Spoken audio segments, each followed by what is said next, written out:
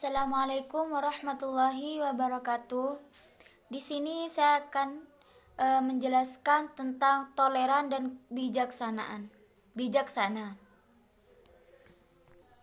Sebelum lanjut ke hadis toleran dan bijaksana, ada kalanya kita mengetahui apa toleran dan bijaksana. Toleran atau toleransi dalam bahasa Arab, kata toleran diartikan sebagai tasamuh, yakni Imam Ibnu Hajar mendefinisikan bahwa al-samhah mengartikan kemudahan, yaitu sesuatu yang berlandasan kemudahan. Sedangkan bijaksana dalam bahasa Arab, kata bijaksana diterjemahkan dengan kata hakim atau kebijaksanaan. Terjemah hadis dari Muawiyah bin al-Hakam radhiyallahu an, sewaktu ketika aku sholat bersama Rasulullah SAW, tiba-tiba ada seorang laki-laki bersin. Aku menjawab, semoga Allah merahmatiku. Lalu orang-orang melototiku. Aku berkata, celaka aku, mengapa kalian memandang aku seperti itu? Kemudian mereka memukulkan tangan ke paha mereka. Ketika aku melihat mereka menyuruh aku diam, dan aku pun diam. Setelah Rasulullah SAW selesai sholat, demi ayah dan ibuku, saya belum pernah melihat seorang pelajar sebelum dan sesudahnya yang lebih baik dalam pengajarannya daripada beliau. Demi Allah, beliau tidak memandang aku dengan muka masam, tidak memukul dan tidak memaki aku. Kemudian bersabda, sesungguhnya aku baru masuk Islam dan Allah telah mendatangkan Islam, sedangkan di antara kami ada yang mendatangi dukun tenung. Beliau menjawab, janganlah kamu mendatanginya. Aku bertanya lagi, di antara kami ada yang mengamal nasib dengan burung. Beliau menjawab, demikian itu, hanya terkaan hati saja. Maka janganlah diperlambat dengan dugaan itu. Hadis riwayat Muslim. Penjelasan syarat hadis. Hadis menjelaskan bagaimana akhlak Rasulullah SAW sebagai seorang guru yang baik dalam menyikapi kesalahan yang dilakukan oleh para sahabat. Ada beberapa kesalahan yang dilakukan oleh para sahabat pada saat melaksanakan sholat berjamaah bersama Nabi SAW. Namun beliau sangat toleran dan bijak dalam menghadapinya. Kesalahan itu sebagai berikut. Yang pertama, ketika ada seorang sahabat bersin, dijawab Muawiyah, yarhamukallah. Bila kejadian itu para sahabat yang dalam keadaan sholat itu memandangkan matanya secara melotot, artinya marah. Yang ketiga itu Muawiyah berbicara, celaka aku, mengapa kalian memandangku seperti itu?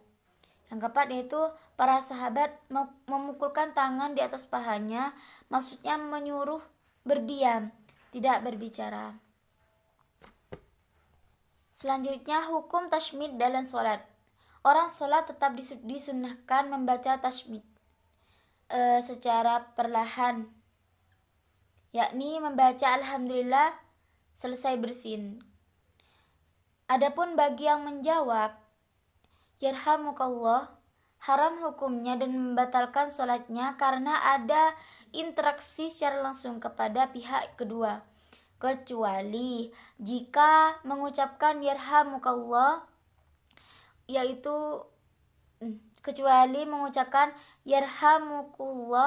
atau yarhamukallah sah sholatnya.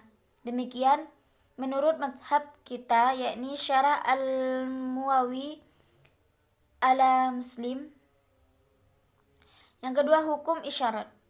Isyarat yang dilakukan sahabat pada hadis di atas ada dua, yaitu isyarat mata melotot yang memukul paha. Isyarat mata melotot maknanya marah atau tidak setuju dengan apa yang dilakukan kawannya. Dan isyarat mata karena jahat boleh dalam sholat, tidak makruh.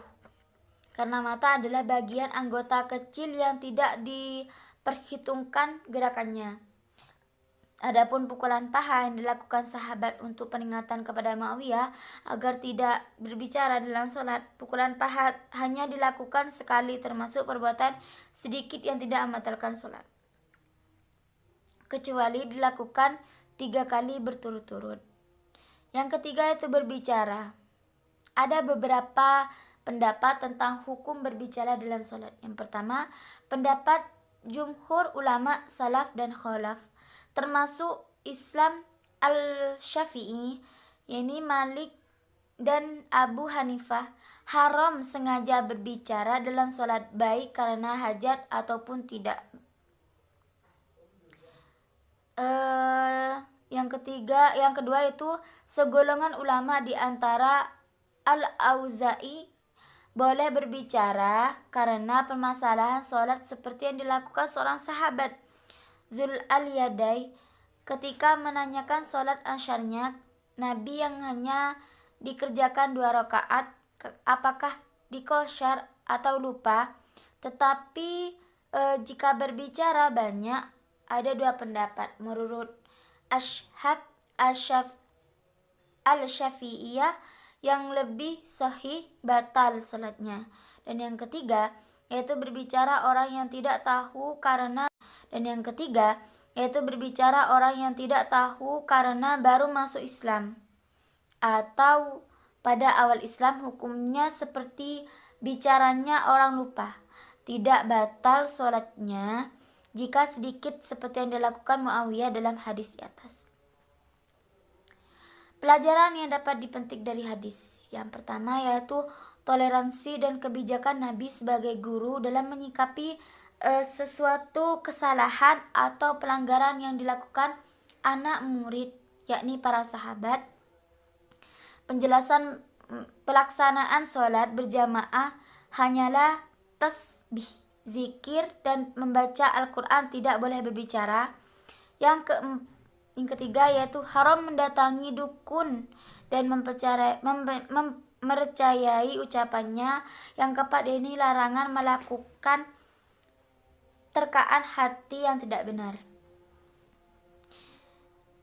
Biografi singkat perawi hadis sahabat Muawiyah bin Al-Hakam Al-Sulami dari kabilah Arab Bani Sulay, seorang sahabat ditinggal di Madinah, meriwayatkan 13 hadis dari Rasulullah SAW. Seorang muslim diriwayatkan 1 hadis ini. Al-Nawawi menyatakan hadisnya diriwayatkan oleh Abu Dawud dan Al-Tirmizi. Baik, itulah